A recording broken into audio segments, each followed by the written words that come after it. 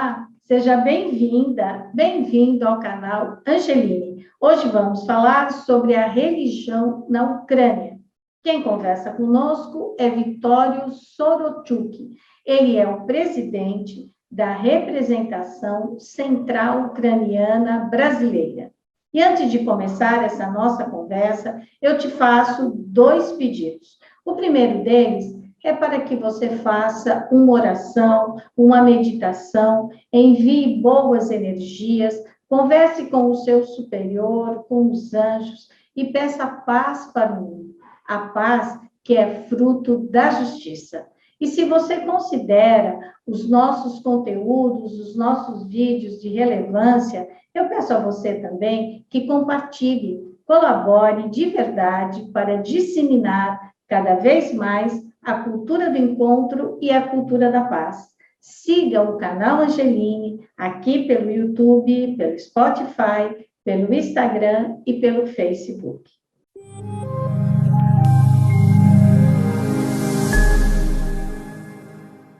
Senhor Vitório Sorochuk, é um prazer recebê-lo aqui no canal Angeline. Muito obrigada por ter aceitado o nosso convite. Muito obrigado a vocês. Duji vam dякую, como a gente diz em ucraniano. Então, o senhor Vitório está conosco aqui porque ele é o presidente da representação central ucraniana no Brasil.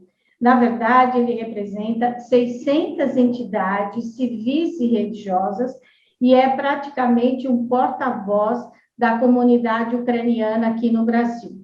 Para começar aqui a nossa conversa, eu gostaria, senhor Vitório, que o senhor começasse conosco explicando qual é a religião que domina a Ucrânia.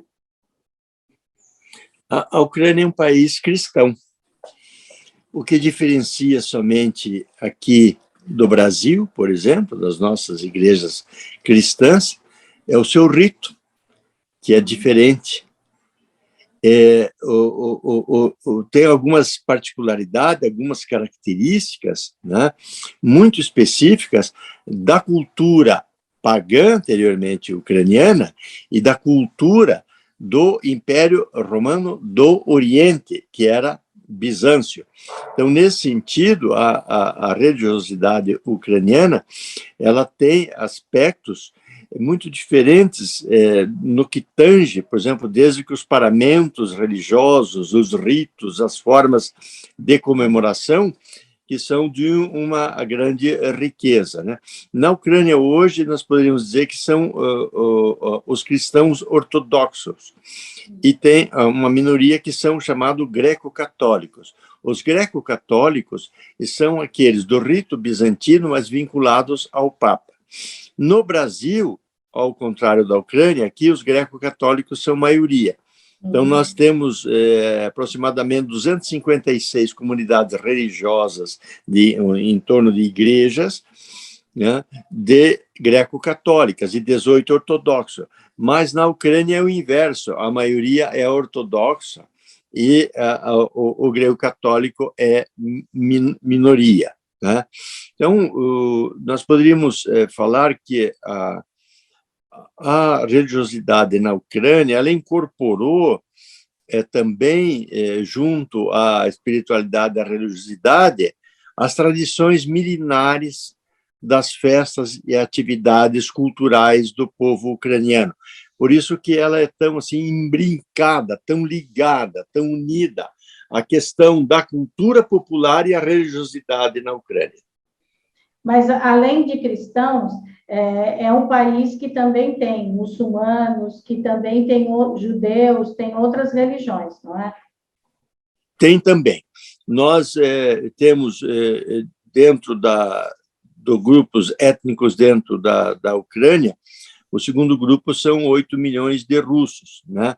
Mas esses russos professam a mesma religiosidade com os ucranianos. E esses russos que estão hoje dentro da Ucrânia estão do lado dos ucranianos, eles não estão com o exército do invasor. E temos, e eles por exemplo, são ortodoxos também, eles são católicos, são ortodoxos também. Cristãos ortodoxos, é da Igreja Exatamente. Católica Ortodoxa, é isso. E aí nós temos a etnia que era dos tártaros, né, que professam outra religiosidade, e eles estão oprimidos dentro do território ocupado da Crimeia. E temos também, né, a religião judaica também, e de cuja etnia é o nosso presidente atual, né? Zelensky, ele é da etnia judaica. Então, na Ucrânia não há problema de você professar qualquer religião, há uma plena liberdade religiosa. Agora, eu vi que, eu penso que, acho que eu não estou enganada, mas é Kiev tem um grande monumento de São Miguel Arcanjo. São Miguel Arcanjo é o protetor de Kiev, né? Como que, nessa hora da guerra, eu fico imaginando, por mais que você acredite, por mais que você tenha fé, o senhor acha que existe algum momento em que as pessoas acham que Deus, que São Miguel Arcanjo, no caso, abandonou a Ucrânia? O povo da Ucrânia?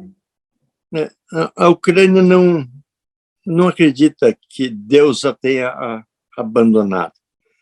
Tanto que, ao lado do hino oficial ucraniano, cívico, nós temos o hino espiritual, que é chamado Bože Veliki, Deus, ó grande, aonde se implora, Deus, ó grande e onipotente, proteja a Ucrânia. Então, há sempre uma esperança da proteção divina para a Ucrânia, e os ucranianos, né, cantam tanto o seu hino cívico como o seu hino espiritual.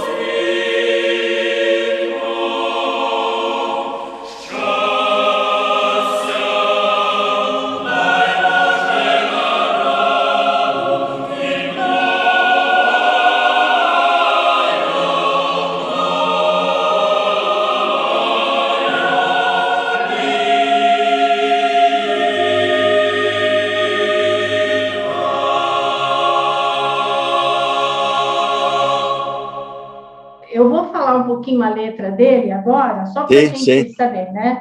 Ó grande Deus onipotente, proteja a Ucrânia para nós, liberdade, luz de sabedoria, derrame sobre ela.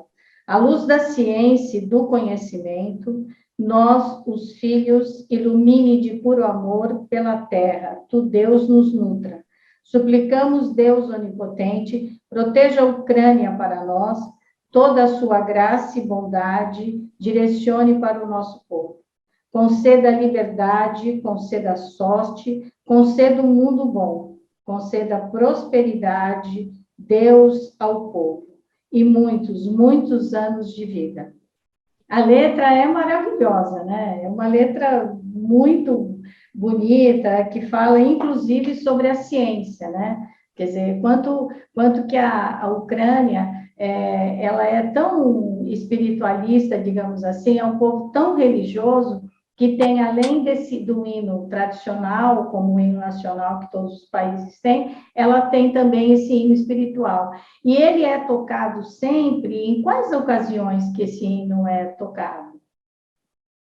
Esse hino, ele é tocado não só na atividade religiosa, ele é cantado também em atividades cívicas, porque tem o hino oficial, cívico nosso, mas há momentos determinados, quando você quer exaltar o próprio povo ucraniano, né, você canta esse hino também, Bože Veliki, né, Deus ó grande, né, quando você invoca, principalmente no momento que você está fazendo uma reunião, buscando a solução para algum problema, né? Então esse hino ele é apropriado para esses momentos. Os grupos que estão aqui no Brasil, né, dentre desses 600 mil ucranianos, existem momentos de oração, por exemplo, nas igrejas ortodoxas aqui no Brasil. Eu sei que o senhor fica no Paraná, onde deve se reunir a maior parte da comunidade da Ucrânia, né? Existem momentos, assim, em que são convocações da própria igreja, dos próprios sacerdotes, para que as pessoas vão e possam rezar para que a guerra acabe na Ucrânia? Sim, inclusive as nossas principais manifestações nesse período, realizado recentemente, em fevereiro, no dia 6, dia 12 e 13, e no dia 16, 99% se deram dentro das comunidades religiosas e dentro das igrejas ou em frente às igrejas, com o apoio dos padres. Os padres, as irmãs religiosas, na sua relação com a comunidade ucraniana, ela é muito, muito ligada. Não há um distanciamento. Parece que formalmente, dentro da celebração, da cerimônia, você tem um certo distanciamento, um pórtico, que tem os ícones, o iconostas, né? Então tem um certo distanciamento, mas na vida do dia a dia, entre os sacerdotes, os bispos, arcebispo, as irmãs religiosas, a relação com o povo ucraniano e a participação livre deles junto nas festividades é muito ampla. Eu vou dar um exemplo aqui. Nós temos uma sociedade onde, às vezes, 2 sexta-feiras por mês, as pessoas reúnem só para comer algo, tomar algo e cantar canções ucranianas. E os 2 padres estão sempre lá, ou outro seminarista, estão lá no grupo, junto. Não tem um distanciamento como se eles fossem da sua atividade separados da vida laica, né? No ponto de vista cultural, isso é muito próximo. E também, do ponto de vista político, a Igreja Ortodoxa, ela tem alguma ascensão sobre a presidência, no caso da Ucrânia? Olha, nós tivemos uma grande questão desse ponto de vista com relação à relação política. A Igreja Ortodoxa russa, ela é muito ligada ao poder. E, no passado, ela foi muito ligada ao tsarismo. E isso é uma das consequências, inclusive, depois, nos processos revolucionários, de terem atacado muitas igrejas. Elas ter se ligado muito aos poderosos. Então, isso está relacionado a essa questão. E depois foi tirado o tomos, quer dizer, o comando da Igreja Ortodoxa foi levado para Moscou somente. E agora, recentemente, que Constantinopla decidiu, né, a mudança disso, e foi dado autonomia para a Igreja Ortodoxa ucraniana. E isso também é um dos grandes mágoas do Putin, que a Igreja Ortodoxa ucraniana ela é autocéfala, ela tem o seu próprio comando. E quando o senhor fala dessas manifestações que aconteceram aqui no Brasil, em prol da Ucrânia, o senhor está falando de orações ou de manifestações, protestos políticos em frente às igrejas? Orações e protestos, os dois elementos. Sermões dos padres, pedindo oração pela comunidade.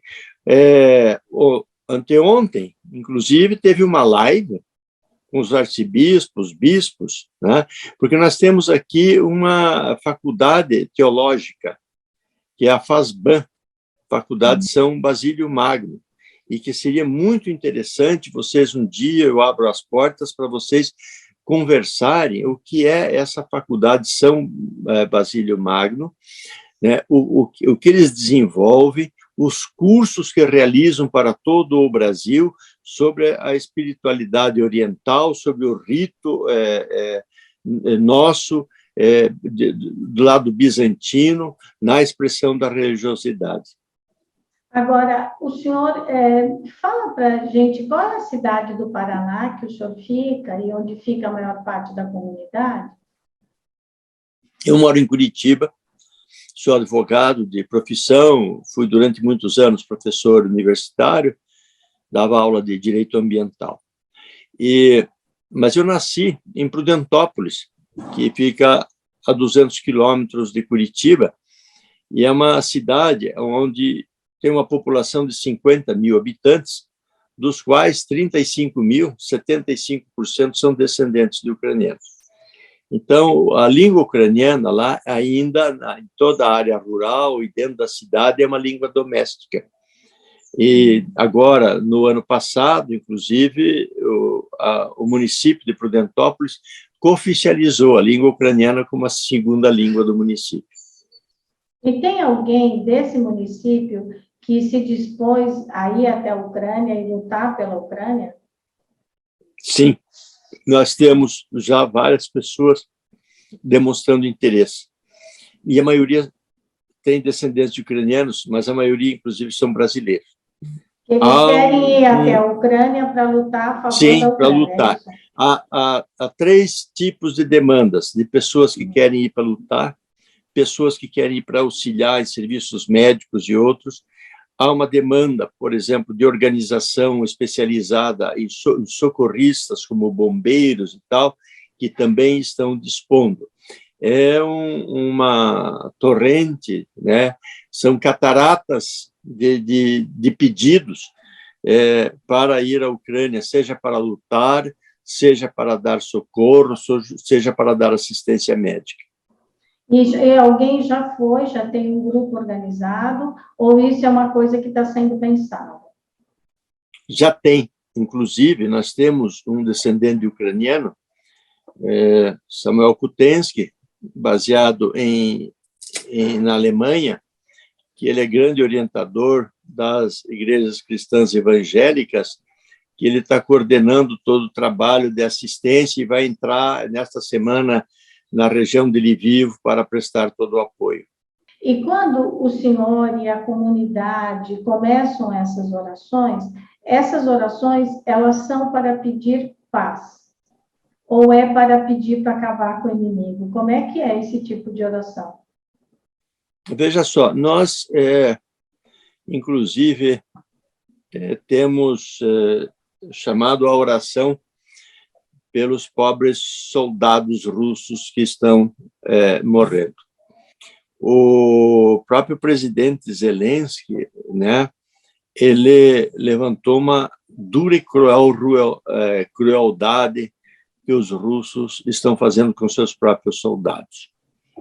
Tem mais de 9 mil corpos de jovens para voltar para as mães russas. E os russos trouxeram em trens com crematórios para cremar e levar somente as cinzas para as mães russas.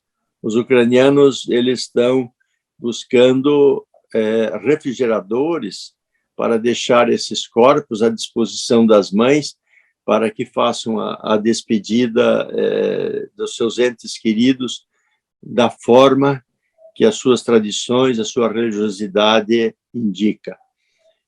Então, é algo muito cruel o que está sendo feito também na despedida. Você sabe que em várias cidades, os tanques avançaram sobre os tanques populações desarmadas para segurar os tanques, né? Mostrando que os ucranianos eles não abriram essa guerra, eles não detonaram essa guerra. Essa guerra foi detonada por uma concepção pura do grupo do Vladimir Putin, ele e a sua elite econômica. E essa não é uma guerra do povo russo contra o povo ucraniano, porque nós temos numerosos russos lutando conosco contra esse exército agressor. Nós não somos apologistas da guerra, mas nós estamos fazendo uma guerra de resistência. Nós somos obrigados a tirar a vida daquele que está nos agredindo. É uma guerra de autodefesa para os ucranianos e uma guerra de agressão para os russos.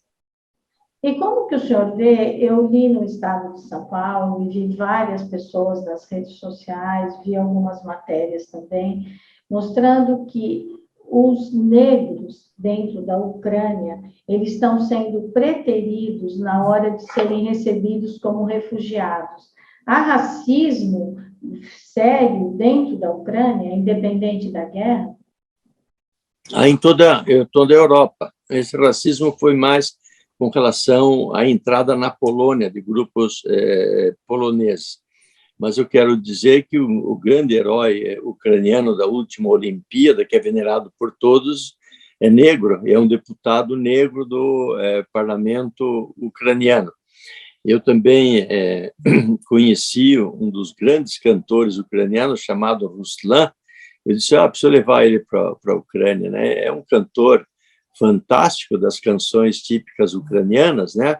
A mãe dele é ucraniana e o pai é africano. Ele veio como estudante, se apaixonaram e nasceu. Mas nós temos muitos estudantes negros na Ucrânia, né? É claro que existem setores racistas dentro da Ucrânia, como nós temos no Brasil, que estão sendo levados, às vezes, quantos nas barras dos tribunais aqui, quantas manifestações não existem no Brasil. Mas não, é mesmo, eu acho que, com relação aos negros, inclusive, é mais atenuado do que no Brasil, porque no Brasil existe um certo racismo, né, envolto por uma capa, né, dizendo que é um país não racista, né? Eu acho que é menos intenso o racismo na Ucrânia que no Brasil. Ele pode, às vezes, ser mais presente e violento em setores determinados. E aí o senhor atribui a essa questão que está acontecendo na divisa, né, na verdade, dos países, a Polônia, que não está querendo receber os africanos, é isso? Mas não é o governo polonês, nem a polícia polonesa, são uns grupos determinados, porque esse tipo de grupo, por exemplo, nazista, tem até hoje na Alemanha, como tem mais grupo nazista aqui no Brasil, até acho que do que na Alemanha ou na Ucrânia, né? Então, esse é um fenômeno que existe em todos os países. Essa é uma barbaridade, né? Isso é um absurdo, né? Porque quando a gente fala da religião, quando a gente fala do amor ao próximo, como é que a gente pode olhar para a cor da outra pessoa, para a raça dela, né? Chega a ser assim, no ano 2022, nós temos entendimento, sabedoria e discernimento suficiente para saber que todos somos seres humanos, não é? Sim. Agora, na Ucrânia, o senhor tem parentes muito próximos que ainda estão lá? Não, parentes muito próximos, não, porque meus avós chegaram ao Brasil em 1895. Então, os parentes assim de sangue, eles são mais distantes, né? Mas eu voltei à Ucrânia, cheguei em aldeias determinadas, procurei por parentes e encontrei eles, né? Eu, quando fui ver o Vassil Mazovita, né, que era filho da Eva Rudema, eu cheguei e disse, nossa, a cara do tio Antônio, né, que era aqui do Brasil, né? Então, era da mesma família, né, das mesmas aldeias, porque a Ucrânia é muito rica na aldeia, e eles preservam isso e vivem na aldeia, e você sabe que as pessoas saem do campo, vão da aldeia, mas sempre fica um para semente, né? Então, você sempre volta e sempre encontra tuas raízes e tua família, né? Isso é muito, muito bonito, muito generoso. Eu, inclusive, tive surpresas, porque como você é a mesma linhagem genética, né? Quando você vai num país que vem aquela pessoa, você vê toda hora pessoas parecidas com o que você conhece no teu local, né? Então, eu na Ucrânia, né? Eu já vi, às vezes, quantas pessoas lá. Eu disse, nossa, mas é o xerox de fulano que vive no Brasil? Mas é o mesmo tipo genético, étnico, né, que dá formas determinadas, né, da expressão facial, da formação corporal. É algo fabuloso, lindo de ver isso. Agora, o que o senhor acha? O senhor não é um cartomante, nem sabe ler o futuro, né? Mas, sabendo toda a história da Ucrânia, convivendo com toda a comunidade, como que o senhor acha que essa guerra pode ter fim? Pelo que eu vejo, o Putin está querendo restaurar o tsarismo, né? A época dos tsares. Muitos dizem da União Soviética. Eu acho que é pior do tsarismo, porque dentro da União Soviética, ainda formalmente, a Ucrânia era independente. E ele, me parece que ele quer ocupar a margem esquerda do rio Dnipro, rio Dnieper. Porque para ele ocupar a Ucrânia inteira, né, será muito duro. Ele vai enfrentar uma resistência maior, ele vai demorar muito tempo para ocupar, e depois ele tem que manter, ele tem que administrar. Já não vai ser fácil na parte oriental, muito mais na parte ocidental. Agora, eu quero dizer que o Putin, né, ele fala que nós somos povos irmãos, os russos e os ucranianos. E o metropolita ortodoxo lá de Kiev já disse, mas então, se são irmãos e você está atacando, você é o Caim? Usou essa própria expressão bíblica entre o Caim e o Abel e disse, você é o Caim. Você que está se comportando como Caim. E o senhor acha que antes de começar essa guerra, não faltou nenhum diálogo, nada por parte da Ucrânia? A Ucrânia se manteve sempre aberta a uma discussão com o Putin? Sim, sempre aberta, mas é que o Putin tem as suas pretensões geopolíticas, tem as suas pretensões de dominação. Ele escreveu um arrazoado de 100 páginas sobre a história da Ucrânia. Era como nós, aqui, um presidente do Brasil, escrever 100 páginas da história do Paraguai, chegar no presidente do Paraguai, ó, tua história é essa.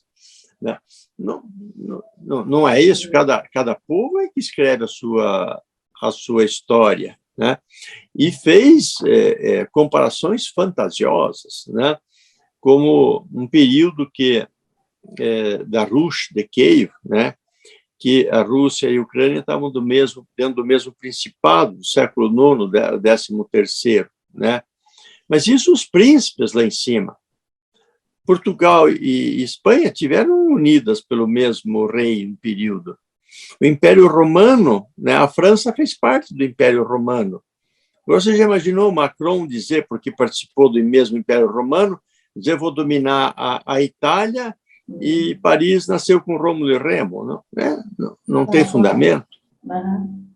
Agora, voltando à nossa parte aqui religiosa, o senhor tem ideia, o senhor sabe, ou os padres, os bispos com os quais o senhor convive, eles sabem como é que está a situação dos religiosos que estão na Ucrânia?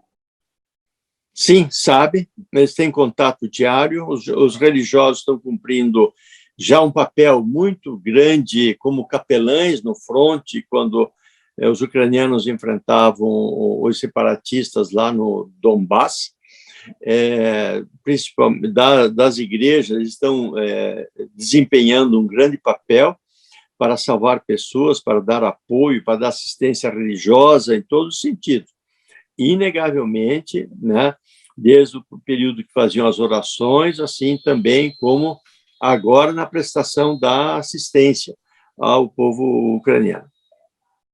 Agora, como que eu queria, às vezes eu não consigo entender, por exemplo, tem um grupo aqui no Brasil, né, como o senhor disse, 3 frontes, que estão querendo ir para a Ucrânia para lutar e defender a Ucrânia. E o senhor, como um descendente da Ucrânia, como que o senhor vê esse povo todo que quer sair da Ucrânia, que quer fugir desesperadamente? Eu não estou falando aqui de estrangeiros, eu estou falando do próprio povo da Ucrânia. Como que o senhor vê? Eu entendo também que, por um lado, ninguém quer ficar numa guerra. Você tem criança, tem idoso. Nossa, é uma situação impensável na minha cabeça, né? Mas como que o senhor vê, assim, vamos dizer, essas entradas e saídas? Bom, nós tivemos, você muito bem disse, entradas e saídas. Assim como saíram refugiados, milhões de ucranianos que estavam trabalhando no exterior voltaram para lutar na defesa da Ucrânia.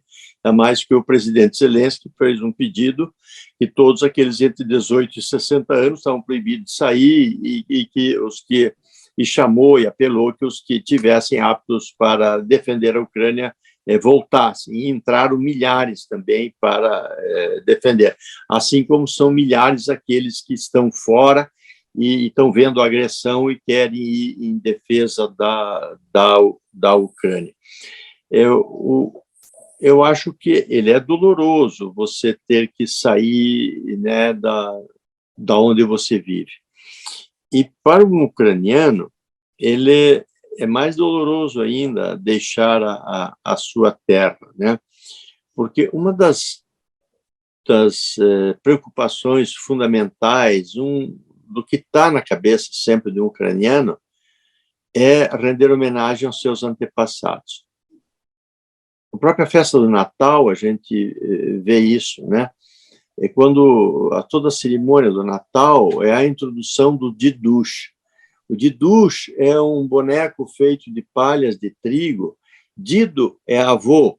Então, Didush quer dizer os antepassados, que ele é colocado no canto da sala, onde tem a cerimônia da ceia do Natal. Então, a referência ao antepassado. Quando você vai fazer o primeiro prato da ceia do Natal, que chama-se kuchá, que é o trigo cozido com mel, nozes e passas, entra também a semente da papoula. A semente da papoula lembra o quê? Lembra a morfina, lembra o antepassado. Então, quando terminada a ceia do Natal, na noite do Natal, que não entra a carne, só entra o peixe, né? Geralmente as famílias não desfazem a mesa porque de madrugada os antepassados vêm comer. Então, esse cultivo dos antepassados é muito forte. E aí sentir que alguém entre no teu território é como profanar o túmulo dos teus antepassados.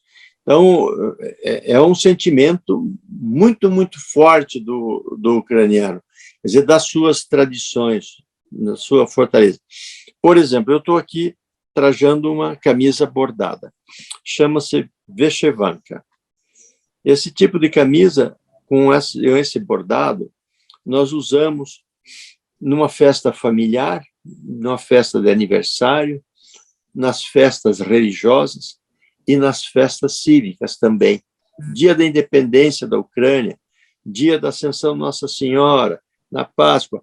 Então, em todos os eventos que sejam solenes familiares, religiosos ou cívicos, ele é usado essa camisa bordada com uma identidade ucraniana. Isso não é identidade russa. Não é identidade. O russo não faz isso. Isso quem faz são os ucranianos. Isso é da nossa cultura, da nossa identidade. Então, veja você que nós temos vários elementos culturais muito fortes, né, que não pertencem à cultura russa. Então, quando entra a língua russa, quando entra a forma russa de ser, não é a forma cultural ucraniana, é um choque cultural. Por isso que o ucraniano ele prefere sair do que ficar sob a opressão russa, que ele sabe que o russo não é polido, não, como o ucraniano, que ele é ríspido, é grosseiro. Então, é esse o sentimento do ucraniano quando vai ter frente agora a uma dominação despótica russa. Então, o que eu estou entendendo é que, na verdade, assim, os ucranianos, até pelo traje, né, as roupas, elas são as mesmas roupas solenes, digamos assim, elas são utilizadas tanto nas festas cívicas como nas festas religiosas. A importância da nacionalidade, do patriotismo e da religião, ele praticamente se equipara, é isso? E é isso, é isso. Há uma ligação estreita. Há uma ligação estreita, mesmo, vamos supor, eu vou te dar um exemplo. Um dia eu estava com um velhinho numa sociedade ucraniana aqui, né? E ele falando mal dos padres, falando todo anticlerical, que não sei o quê, né? Daquele jeito, né? Ateu até debaixo d'água e tal. Aí eu disse, mas o senhor não sai das festas da igreja? Não, é lá que estão meus amigos, né? É lá que está a minha cultura. Então, veja só a contradição, que ele, ao mesmo tempo, adota uma posição determinada, mas, ao mesmo tempo, ele está junto nas festas religiosas também. Então, algo, teria que fazer um estudo de o que é isso dentro do ucraniano, que ele, mesmo sendo agnóstico ou ateu, ele está junto com a igreja nas solenidades festivas e religiosas. E o que aconteceu diante de toda essa cultura da Ucrânia com dois grupos que, na verdade, falam russos, né, falam russo dentro da Ucrânia, e eles são contra a própria filosofia de vida da Ucrânia. Essas duas cidades. São nessa parte, mas é um pequeno enclave do ponto de vista político e não representa a maioria dos russos. Primeiro, enclave no centro da cidade, porque na aldeia fala-se ucraniano, e a maioria dos russos não está de acordo com essa posição. É uma minoria alimentada politicamente pelos serviços de inteligência e de organização, já de preparo do que é essa invasão agora de Vladimir Putin. Pode ter certeza disso. Não significa, por exemplo, que os russos estejam distantes dos ucranianos. Não, eles estão juntos e convivem, gostam. Nós vimos pelos vídeos e pelas fotos aí todos russos cercando os próprios soldados, pedindo para ele ir embora, diz, vão resolver os problemas na tua casa, tem muito problema lá, e o que vem fazer aqui? Eu sou russo, eu vivo bem aqui eu vivo muito feliz porque vieram agora me prejudicar. É esse o sentimento da maioria dos russos que vivem dentro do território da Ucrânia. Certo. E vocês estão se organizando para mandar, além dessas frentes, né, dessas pessoas que querem ir até a Ucrânia, os senhores têm se organizado, as comunidades, para enviar algum tipo de alimento, de medicamento, alguma coisa assim? Nós começamos já um trabalho chamado Humanitas, né, Ucrânia Brasil. Humanitas é o sentido da humanidade. Ontem o próprio arcebispo Vladimir Kovich nos parabenizou pela escolha do nome que nós demos ao movimento Humanitas, humanidade. Nós somos a humanidade, quer dizer, vamos tratar de forma humana a todos, né? Então, nós estamos organizando um grande trabalho humanitário. Então, nós vimos que o Brasil ia levar os aviões da FAB para buscar brasileiros que estavam lá na Europa. Aí nós já fizemos gestões, falamos com a embaixada e nós temos descendentes de ucranianos em Brasília que começaram a trabalhar no sentido que os aviões da FAB não fossem vazios, já fossem com ajuda humanitária. E irão, já deu resultado nesse sentido. Então, é evidente que nós vamos fazer campanha para ajudas humanitárias. Agora, muitas ajudas, por exemplo, as pessoas estavam levantando, vamos juntar medicamentos e tal, mas é muito complicado porque você tem que ver toda a infraestrutura, onde estocar isso, do transporte, tem problemas aduaneiros, depois tem problemas de fiscalização sanitária internacional, que isso é tudo regulado de como faz esse transporte, então tem que organizar bem isso. Também nós estamos agora já fazendo campanha financeira. Terceiro, nós já estamos preparados para receber refugiados. Então, nós estamos com o apoio do governo de São Paulo, governo do Paraná, vários municípios e com organizações não governamentais, algumas já especializadas, que receberam refugiados do Haiti, da Venezuela, da Síria, ou do Afeganistão, e agora já estão disponíveis também para colaborar conosco nesse processo de atendimento e recebimento de refugiados. Então, isso nós já estamos preparados para isso. Senhor Vitório, eu li também que na questão dos refugiados, me parece que toda a Europa recebe os ucranianos de forma diferente, porque eles são brancos, de olhos azuis, são loiros, eles não recebem com o mesmo carinho que eles recebem os afeganistãos ou os que vieram da Síria. O senhor concorda com isso? O senhor já ouviu falar sobre isso? Já ouvi falar, mas eu vivi como refugiado na Europa também, sabia?